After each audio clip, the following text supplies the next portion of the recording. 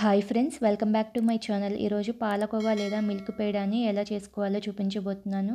Sweet తినాలనిపించినప్పుడు ఇంటికి బంధువులు ఎవరైనా వచ్చినా అప్పటికప్పుడు 10 నిమిషాల్లో చేసుకోగలిగే స్వీట్ అండి.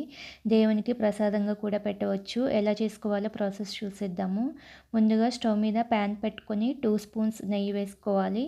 నెయ్యి వేడైన తర్వాత హాఫ్ కప్పు కాచి చల్లార్చిన పాలు వేసుకోవాలి. పావు కప్పు పంచదార వేసుకోవాలి. పంచదారకి బదులుగా పంచదారను మిక్సీ పట్టి పొడి చేసుకొని వేసుకోవచ్చు. మీడియం ఫ్లేమ్లో పెట్టుకొని పంచదార కరిగేంత వరకు కలుపుకుంటూ ఉండాలి. పంచదార కరిగిన తర్వాత 1.5 కప్పుల మిల్క్ పౌడర్ వేసుకోవాలి.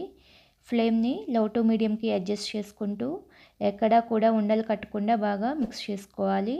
ఇలా 10 నిమిషాల పాటు కొంచెం దగ్గర పడేంత వరకు కలుపుకుంటూ ఉండాలి. కలపడం అసలు ఆపకూడదండి, అడుగు పట్టేస్తుంది. దగ్గరే ఉండి మిక్స్ చేసుకుంటూ ప్యాన్ నుంచి సపరేట్ అయ్యే వరకు మిక్స్ చేసుకోవాలి. చూడండి, ప్యాన్ నుంచి సపరేట్ అవుతూ ఉంది. కొంచెం చేతికి నెయ్యి రాసుకొని కొద్దిగా పిండిని చేతిలో పట్టుకొని చూస్తే ఉండలా అవ్వాలి. ఇలా ఉండ అయితే కరెక్ట్ కన్సిస్టెన్సీ వచ్చినట్లు.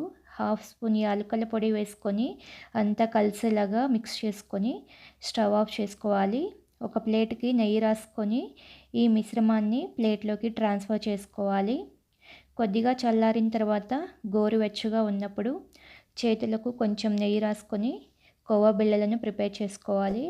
ఒకసారి ఇదంతా బాగా కలుపుకొని ముద్దలాగా చేసుకొని కొద్ది కొద్దిగా తీసుకుంటూ రౌండ్ బాల్ లాగా చేసుకొని మధ్యలో ఫింగర్తో నొక్కు పెట్టుకోవాలి. గార్నిషింగ్ కోసం బాదం పప్పు కానీ, జీడిపప్పు కానీ, పిస్తా పప్పు కానీ పెట్టుకోవచ్చు. అలానే మిగిలిన మిశ్రమాన్ని కూడా ఇదే విధంగా రౌండ్గా చేసుకొని బాదం పప్పు పెట్టుకోవాలి. అంతేనండి, పిల్లల నుంచి పెద్దవారి వరకు ఎంతో ఇష్టమైన పాలకోవా బిళ్ళలు రెడీ. ఇంటికి చుట్టాలు ఎవరైనా వచ్చినా స్వీట్ తినాలనిపించినా అప్పటికప్పుడు 10 నిమిషాల్లో చేసుకోవచ్చు. ఈ పాలకోవా బిళ్ళలను మీరు కూడా చేసుకొని మీకు ఎలా వచ్చిందో కామెంట్ చేయండి. మీకు ఈ వీడియో నచ్చితే లైక్ చేయండి.